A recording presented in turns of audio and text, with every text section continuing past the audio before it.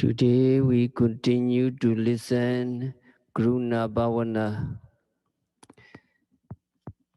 Makaruṇiko nato hitaya sabba paninam puritva parami sabba patto sambodhi muttamam.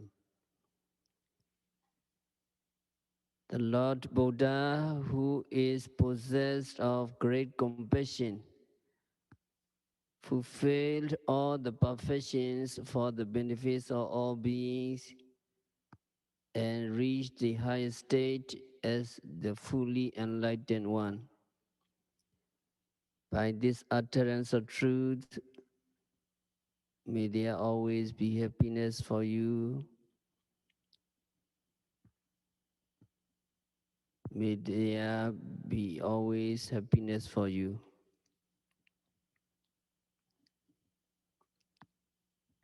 There are 7 arrows: Raga, Dosa, Moha, Mana, Deti, Vijigajja, and Docharita. Raga, lust, Dosa, anger, Moha, delusion, Mana, conceit, Deti, wrong view, Vijigajja, skeptical doubt, and Docharita, evil deeds.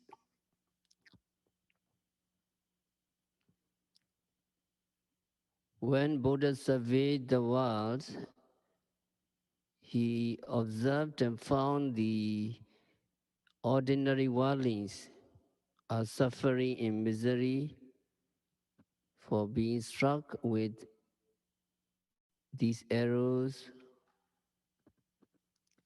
piercing through their material aggregates. And Buddha reflected and realized that there was no other person except him who could remove those sharp-pointed arrows.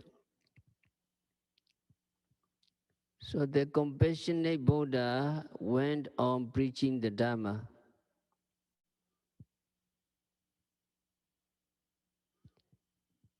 There is not any other single person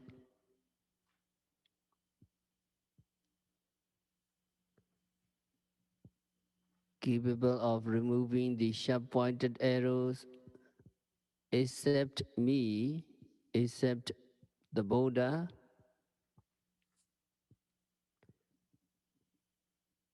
See it in this way.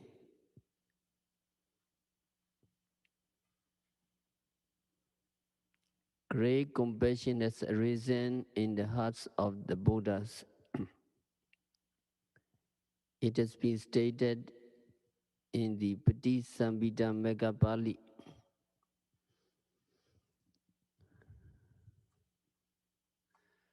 Buddha's compassion towards all beings is equally balanced without distinction, irrespective of whether a person is intimate or unfamiliar. The degree of compassion bestowed upon Rahula, his own son, born while he was a prince, was on the same level as he had conferred upon monk Devadatta, who had through animosity done grievous wrong to him. At one time, monk Devadatta, in collusion with King Ajatasattu, conspired to assassinate the Buddha. They incited the royal elephant by the name of Nalagiri to make an assault on the Buddha while on his rounds for alms.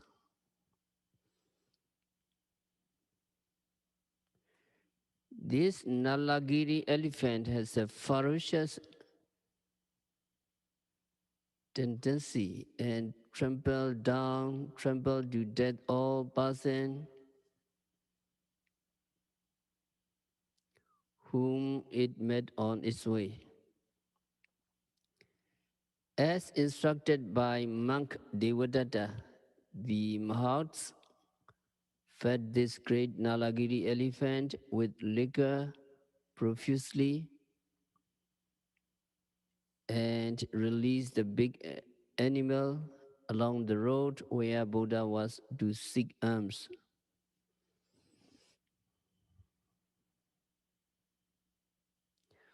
On that occasion, a good number of Sangha were in the company of the Enlightened One. The huge elephant, being intoxicated,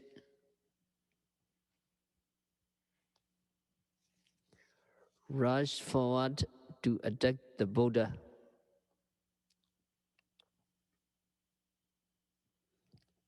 Even human beings under the influence of liquor used to do things which ought not to be done or speak what ought not to be spoken. Being an animal, there is nothing to be said of the elephant, which came rushing violently towards the Buddha to gore him to death with its tusks.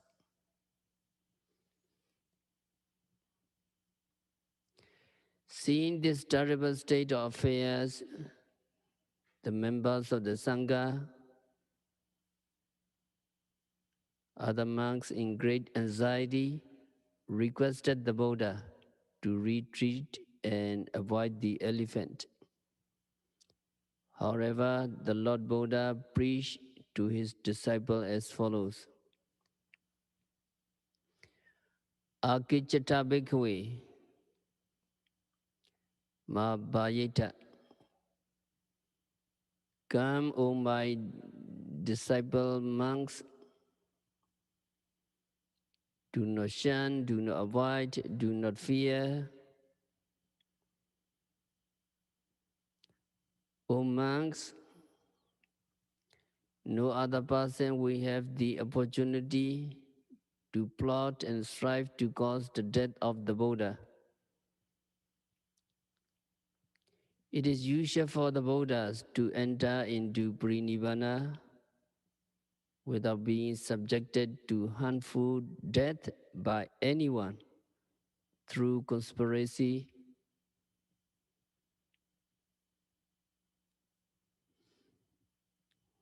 Nevertheless,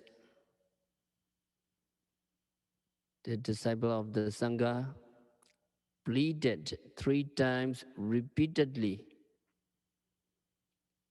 However, the Buddha remained firm and gave his reply as stated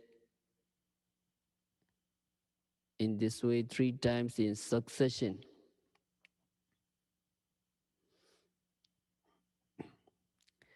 Thereupon, Venerable Ananda, becoming frightfully anxious of the impending disaster, took his standing postures in front of the Lord Buddha with the intention of sacrificing his own life first in place of the Blessed One. The Buddha asked Venerable Ananda 3 times to make way or rather quit. However, since Venerable Ananda failed to comply, the Buddha had to make him move from the place he had taken up by the exercise of his supernatural powers.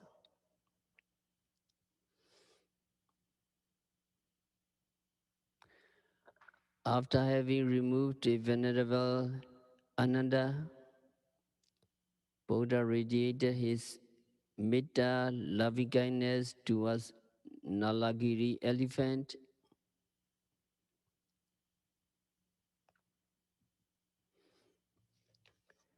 This reveals the primary importance of the quality of loving kindness.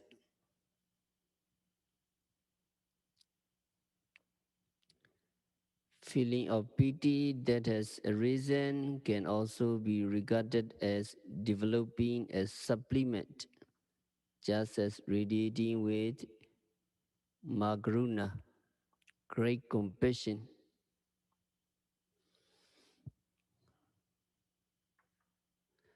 As a result, the big elephant Nalagiri, which had been showered upon by uh, upon, showered upon with loving kindness and compassion by the Buddha,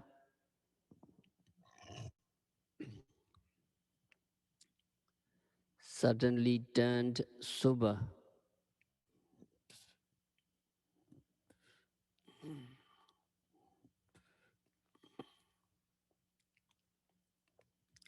His mind became mild and gentle. Faith and reverence in the Buddha occurred in Nalagiri elephant. The huge creature then respectfully approached the Buddha, dropped its trunk from its vertical position, and then squatted at the feet of the Blessed One. Thereupon, the Buddha, after caressing the elephant Nalagiri,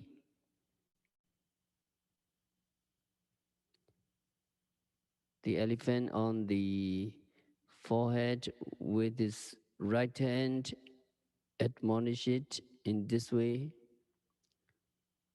O Nalagiri, you should abstain from committing wrong to a Buddha such as me, Naga. Naga means Arhan. If wrong or evil acts were committed, serious trouble and suffering will come upon you. Don't get drunk. Don't get intoxicated. And you should not be forgetful. If you are not mindful, or if you are forgetful and fail to give thoughts to yourself, you cannot reach an existence where happy condition prevails. To reach a noble abode of life existence, you should cultivate noble practice in your own self,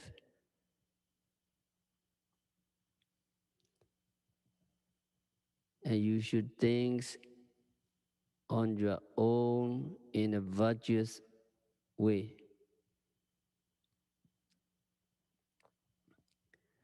From that time onwards, Nalagiri, the huge elephant, was transformed into a well-tamed moral creature, fully accomplished with the 5 precepts Pinchasila.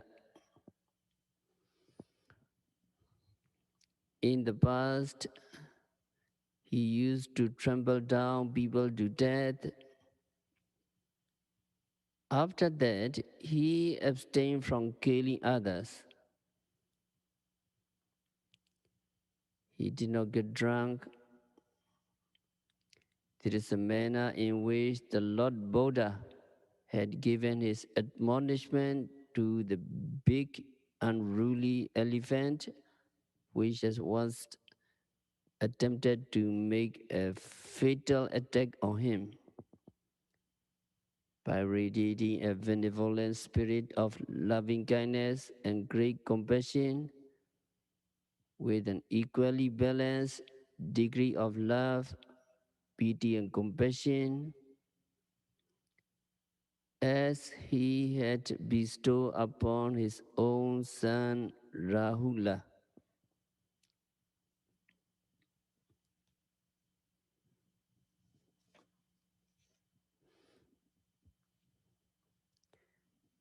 Then Buddha surveyed the world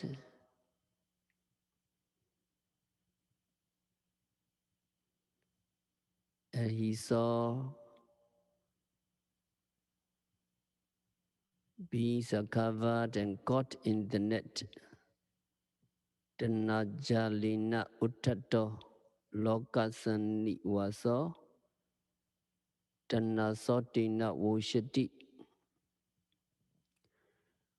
All beings are covered and caught in the net of Dana craving, and they are drifting along the midstreams of Dana. See, in this way, towards all beings, great compassion with pity has arisen in the hearts of the Buddhas. What means Dana? Dana conveys the meaning of thirst or lust.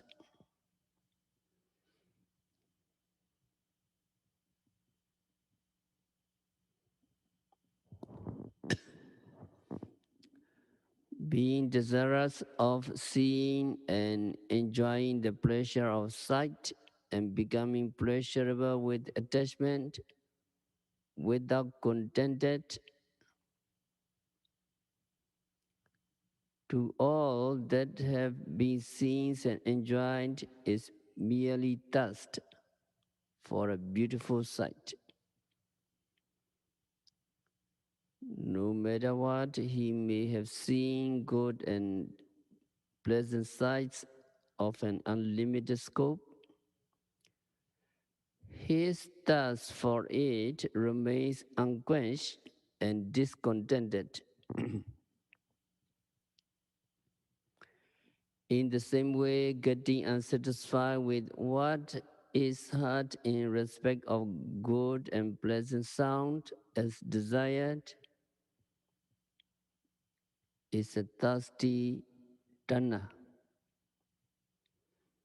So also is thirsty tanha in respect of good smell and fragrance,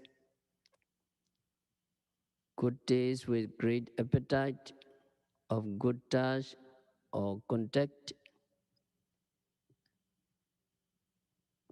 and of imagination.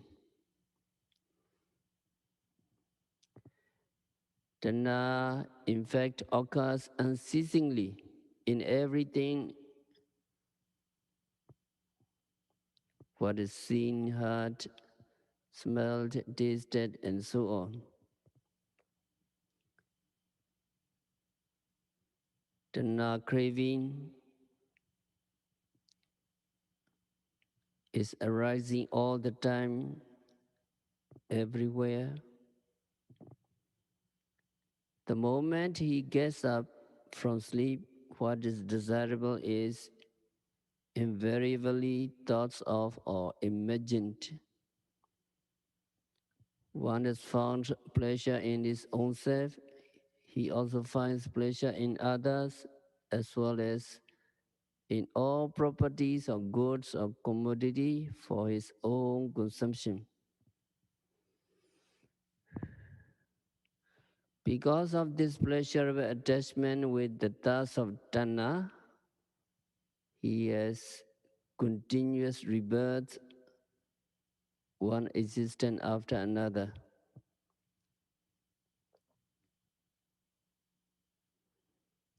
In every form of existence, he has to go through the process of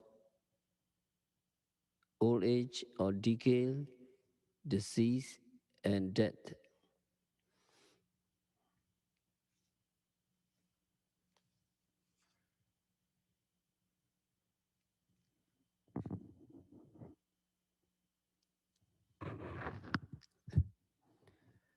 Having had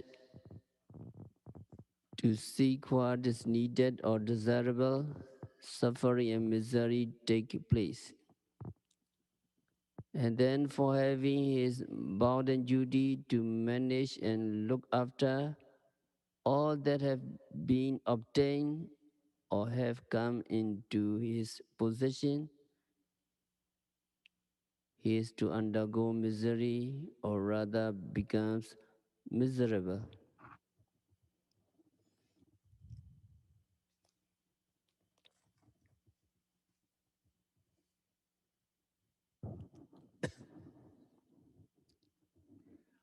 All these miseries are due to tanha, which is always in thirst, that grows like a creeper. He is unable to overcome this tanha from which he cannot get away. So this tanha is similar to a big net that is spread over all beings. Animals which are caught in a net cannot escape. Death is hanging over their heads. Much in the same way, beings who are trapped in the net of tanha cannot take to flight elsewhere.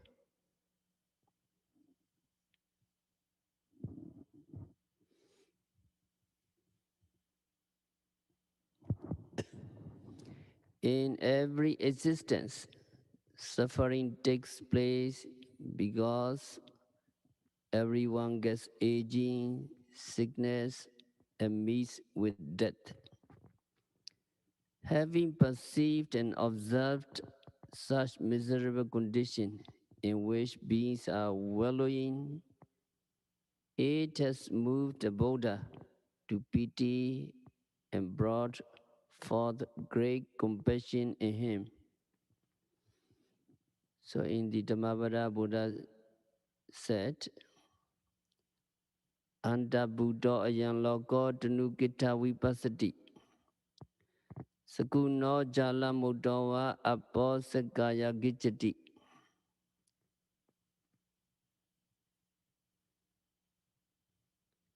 That means blind is this world. There are only few that can see clearly. As birds who escape from a net, only a few go to a blissful state. So it is from Dhammavada. Can you follow me? Blind is this world. Blind is this world. There are only few that can see clearly.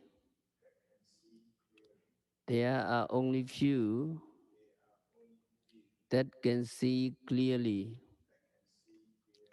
As birds who escape from a net, only a few go to a blissful state. As birds who escape from a net, only a few go to a blissful state. So what Buddha said the world is blind. Why they blind? Because most people are not intelligent. Most people do not possess wisdom. So this world is blind. There are only a few that see things clearly. Why? That means few people practice vipassana meditation. Few people practice vipassana meditation, and few people see the true nature of things. So those people are very few. And those who are reborn in the celestial realms and who reach Nibbana, cessation of suffering, are very few. Just a few of birds that escape after being caught in a net by a hunter. So in the Dhammapada, you can, Buddha said.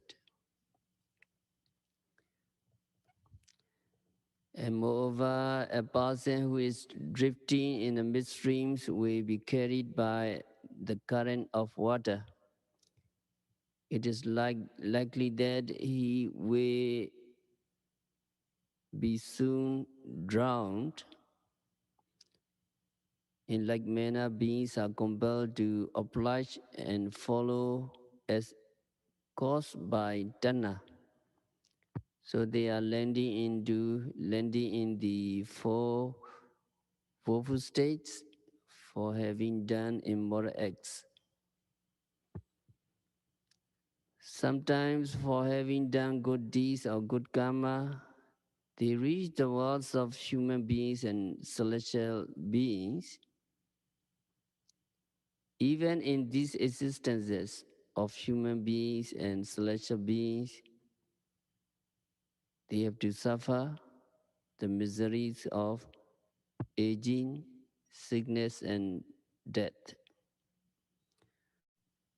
So Buddha had his great compassion towards beings who have been suffering and drifting with the tide of tanha.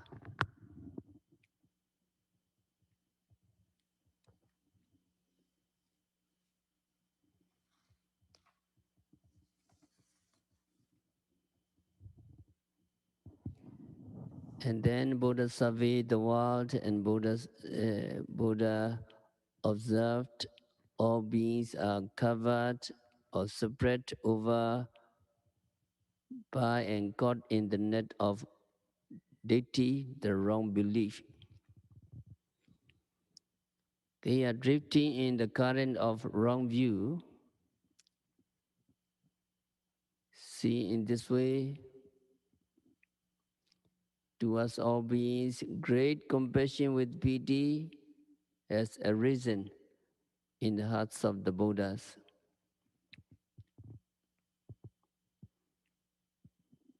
What means deity? Deity means heretical view, erroneous belief, and wrong conception. To think with loving attachment, considering himself as a living being or an atta, individual or self,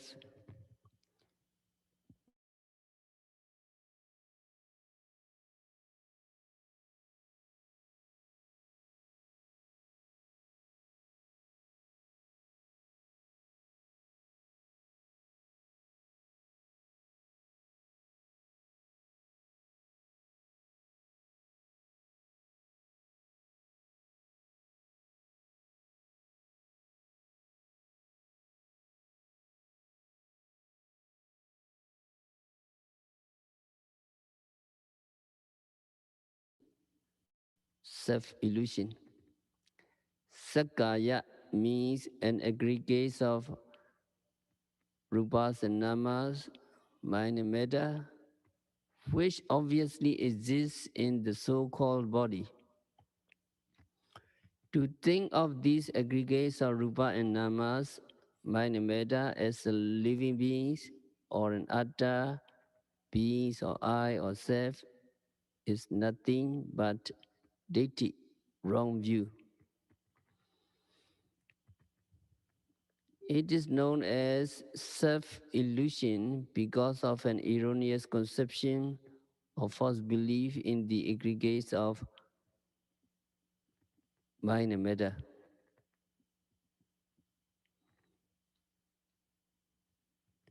An instance may be cited. For example, at the moment when scene takes place, what you capture the eye. Eye sensitivity is this rupa. That eye sensitivity is obviously exists. The eye sensitivity and the sight object that is seen are also rupa. the knowing mind which sees is nama, mind. Only these two, rupa and nama, mind and matter, are obviously present.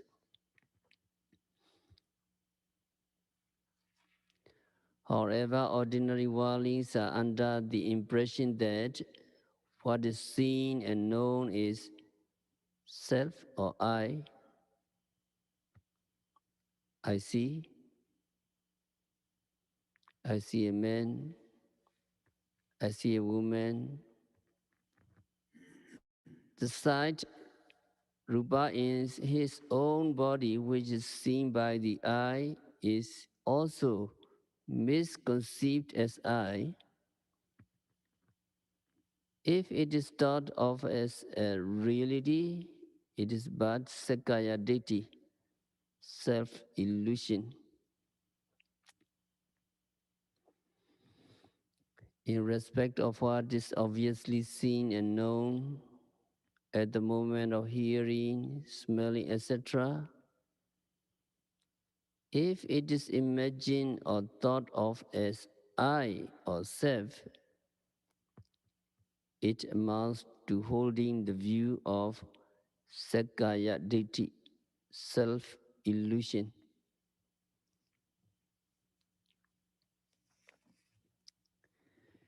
It becomes Sasatta Deity, eternalist view, if it is misconceived that an atta being or self is perpetually existing based upon the false view of Sakaya Ditti,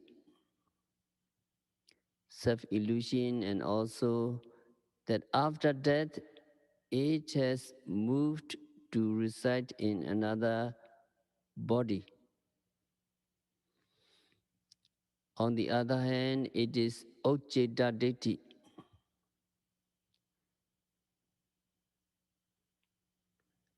a nihilist view. If it is conceived or thought of a complete annihilation of existence after death, and that there is no kusala karma and akusala karma, wholesome deeds and unwholesome deeds. Again, if it is thought of as having no good or bad resultant effects of that karma, it is duccharita micchadeti.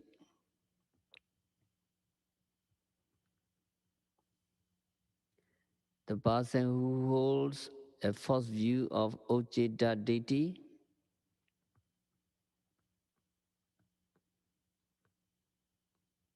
a nihilist view, is likely to entertain the false doctrine of duccharita, evil deeds. This duccharita micchadeti is extremely faulty and highly blameworthy.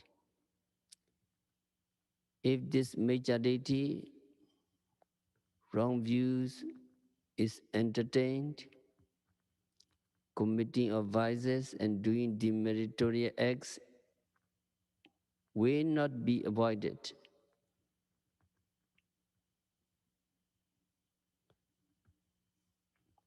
And meritorious deeds or meritorious actions will not be performed. In other words, those who have the false view of micchadeti, wrong view, will not hesitate to do all kinds of vices. So a person who has accepted this false view will definitely land in hell after death. Furthermore, to believe in and revere a false Buddha, fake Buddha, or a person impersonating as Buddha is a kind of false belief, miccha deity, wrong view.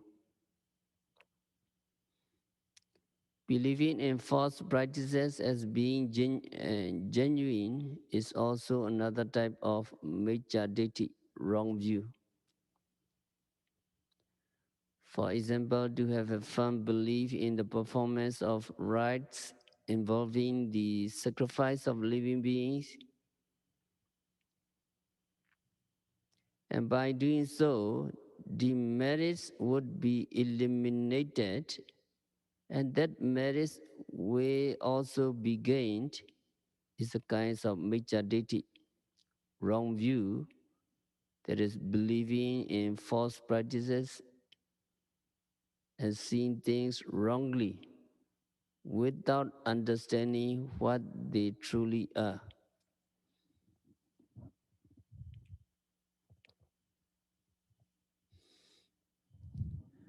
Prior to the appearance of the Buddhas, although Buddha has appeared, those people who have not heard the truth of the Dharma and those who misunderstood the truth of the preaching would readily accept and adhere to any one of the false doctrine. All over the world, the majority of the people have accepted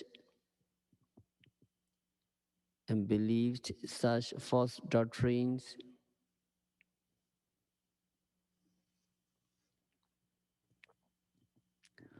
All those who fail to fully appreciate the Buddha's teaching have attadati, a false view to which they are clinging blindly that rupas and namas, mind and matter, are merely atta, merely being, self, or I. So the statement that all beings are caught in the net of wrong view and they are drifting in the current of wrong view is really true and correct. All beings who have accepted such false doctrine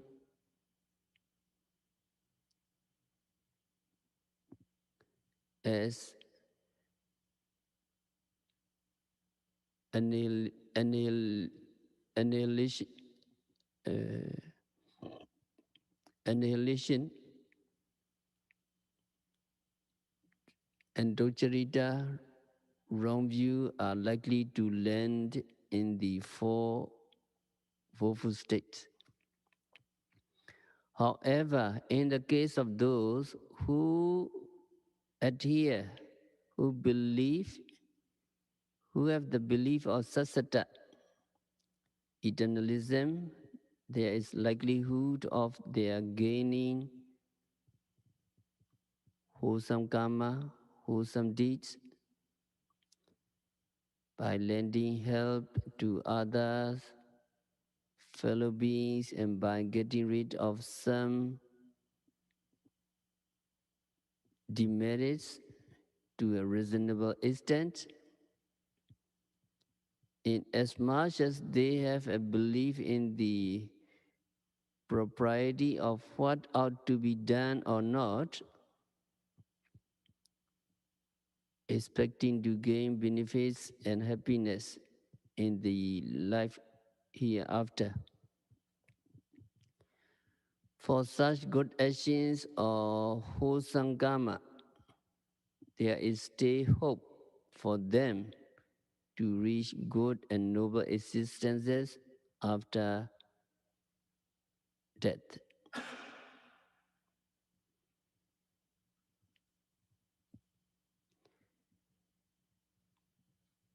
And then one who rigidly adheres to sassata and atta doctrine, eternalism and self-doctrine, will not believe in the truth of the Buddha teaching. He will not believe in the Dhamma.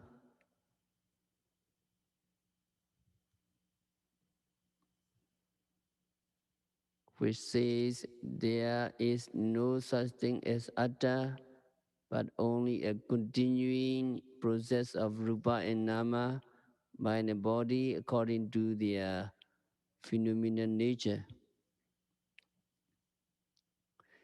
There is only the causative effect of rupa and nama, mind and matter, and if clinging attachment is eradicated by indulging in the practice of vipassana meditation, so as to extinguish mental defilements, which is the cause. The suffering effect of the continuum of mind and body totally ceases and becomes extinct. Such being the case, they will be passing through a succession of births in samsara and then continually suffer the misery of aging, sickness, and death because of continued existences.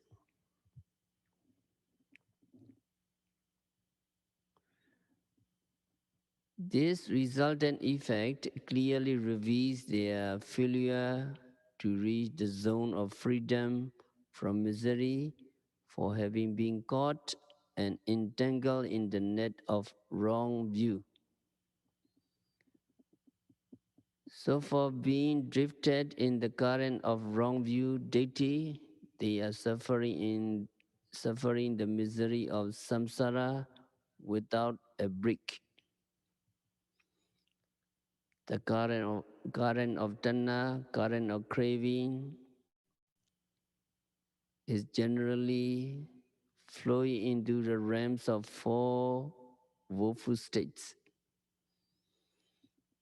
So all those beings who are not yet liberated from the bonds of tanha and deity, craving and wrong views are immensely suffering after descending to the four woeful states.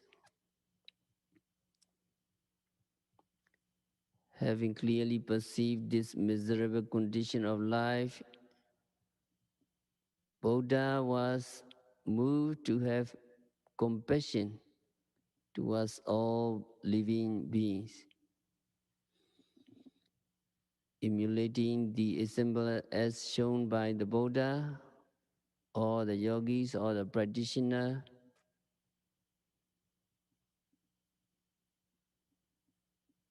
And all those who desire to follow his exemplary conduct can also try to develop Karuṇā, compassion.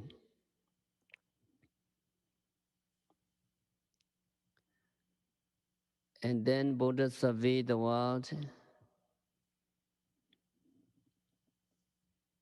and Buddha saw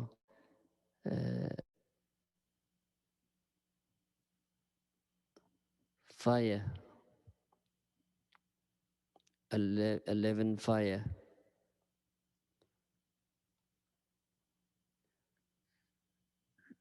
There are 11 fire: raga, dosa, moha, jati, jara, marana, soka, paridewa, dukkha, domanassa, and upayasa. So 11 fire. So 11 fire, can you follow me? Raga, dosa, moha, jati, jara, marana, soka, paridewa, dukkha, domanassa,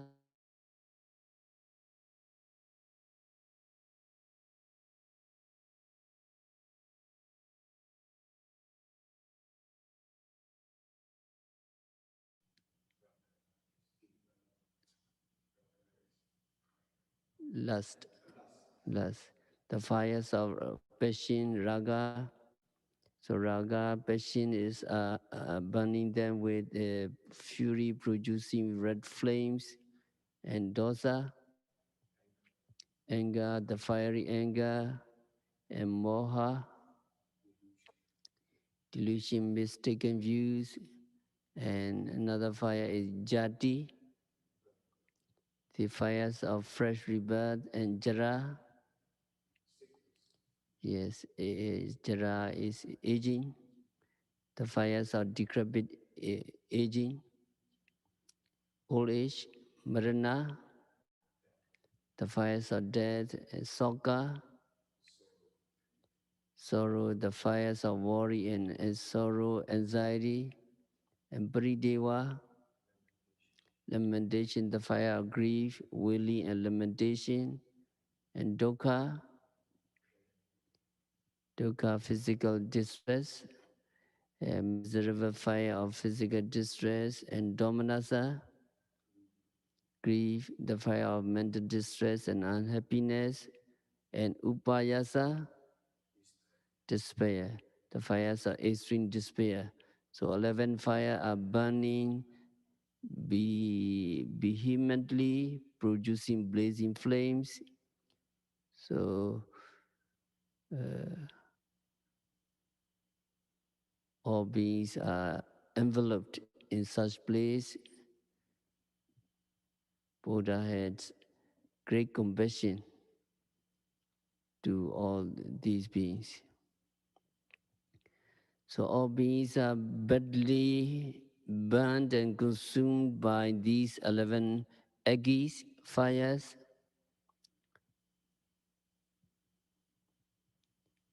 That may be enumerated as lust or passion, anger or hatred, erroneous conception, birth, decay, death, sorrow, lamentation, pain, grief, despair.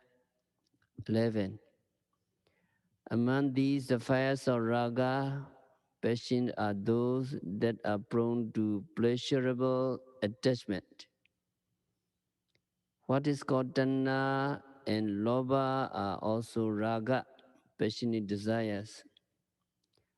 How they are being burned is pleasurable attachment to the eye, sensitivity, the object which is seen, and the knowing mind may be said to be fires of raga, which are raging. From the stage of seeing, he becomes attached to his own eyes lovingly. Also, the object which is found agreeable by sight is found to be pleasurable. Particularly, pleasurable attachment to what is seen is taking place.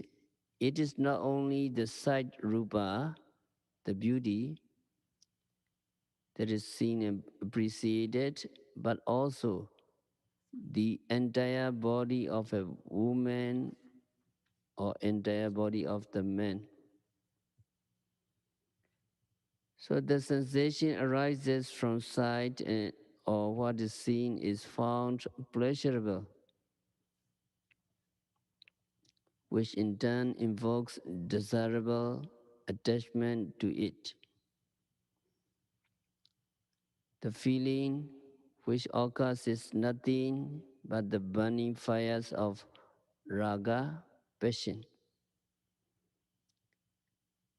If the things that is desired is not yet available, it will be craved for or yearned. He will think of trying to get it by any means.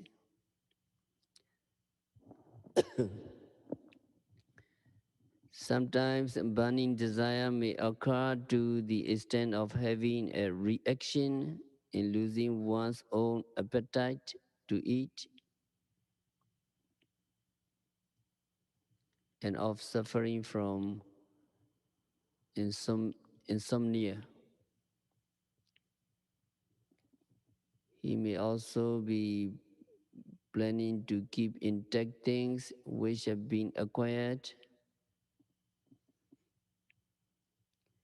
The arising of this pleasurable desire is the burning raga, vehement passion. However, ordinary people think of the burning sensation of passion as being pretty good. So they are always eagerly making efforts to enjoy such sensual pleasures with attachment, whether in the matter of family affairs or business affairs or affairs relating to human relations. They are constantly worried. They may even probably think it is enjoyable to be worrying in this way.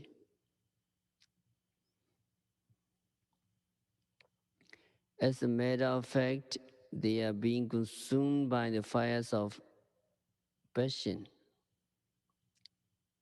If passion, raga, were driven out or expelled, it will become obvious that all these imaginations which have to be invoked and anxiety which are cropping up will be found as being similar to miseries suffering by a person with burns.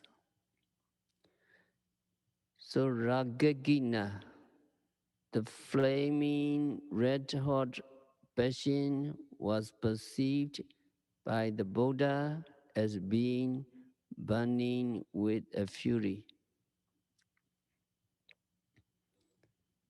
In the same way, when hearing takes place, the eardrum, the sound wave that is heard, and the knowing mind are found to be pleasurable. It is the raga, passion which is burning. In matters relating to the order, the nose, the knowing mind that occurs, and when eating, the tongue, the taste, and the consciousness that arises, as also when touching and imagining. Similar occurrences which are happening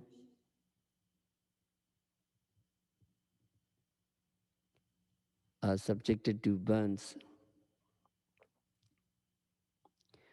Briefly put, pleasurable attachment to all sensations which arise obviously at every moment of seeing, hearing, contacting, touching, and knowing are nothing but the fire of raga, fire of passion that are burning. The flames of raga passions are raging furiously, depending upon those that have arisen from the six senses. It is like inflammable materials such as firewood and kerosene that easily catch fire. The more the material is highly combustible, highly easily burnt, the more the fire becomes vehement. The fire becomes great.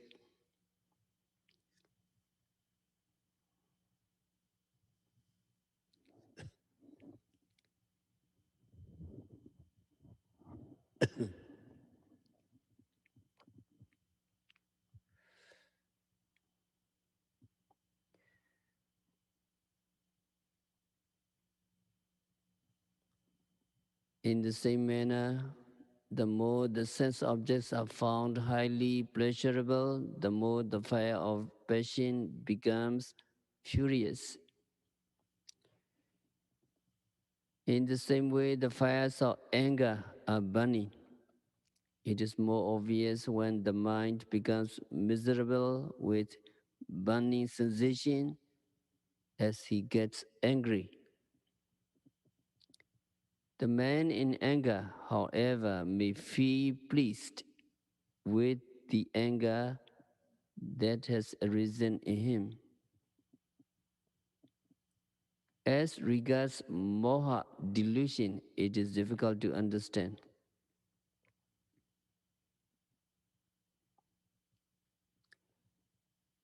If you think that everything which conspicuously occurs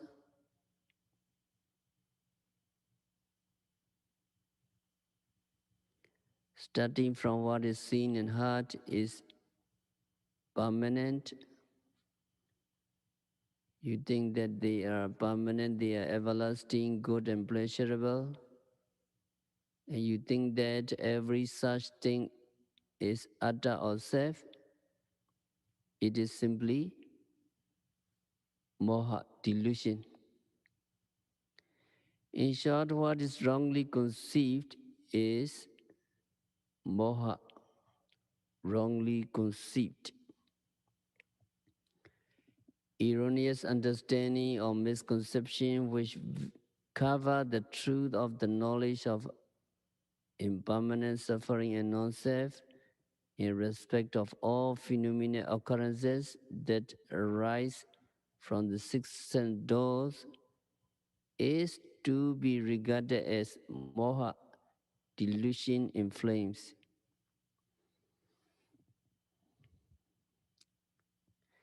The manner in which the fires of moha delusions are burning is difficult to be understood by ordinary worldlings.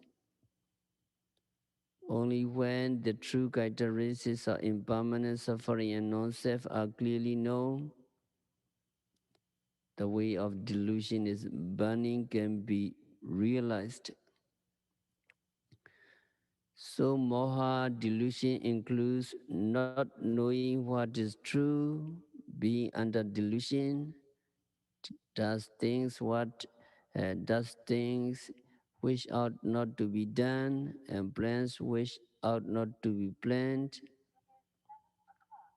or speaks what ought not to be spoken. For such improper conduct or actions, disadvantages are bound to be met with the present lifetime. Also throughout samsaras, suffering such as miserable conditions of apaya life, woeful states, will be met. So these are the sufferings of burns caused by the fires of moha.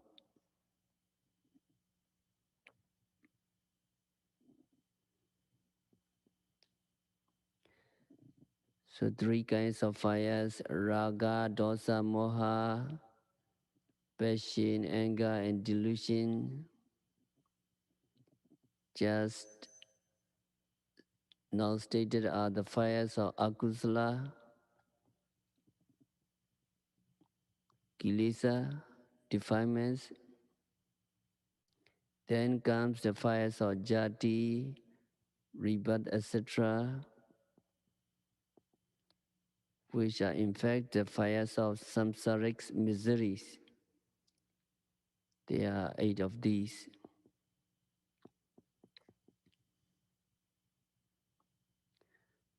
So we have to do compassion in this way. Living beings are pierced by the arrows of passion, etc. They are also caught in the nets of wrong view and craving. They are drifting in the current in the midstreams of wrong view and craving, and they are burnt by the fires of passion, etc. May all those pitiable living beings be liberated from misery. May all those pitiable beings be liberated from misery. So we have to do Karuṇā compassion, Karuṇā Bhāvanā in this way. So we have to stop our discourse for today. By practicing Metta Bhavana, Karuṇā Bhavana, loving kindness and compassion, by practicing Vipassana meditation, by noting, rising, falling, sitting, touching, seeing, hearing, smelling, tasting, touching, etc., continuously and meticulously, may all yogis be liberated from all suffering. May all yogis realize the real peace in the very near future.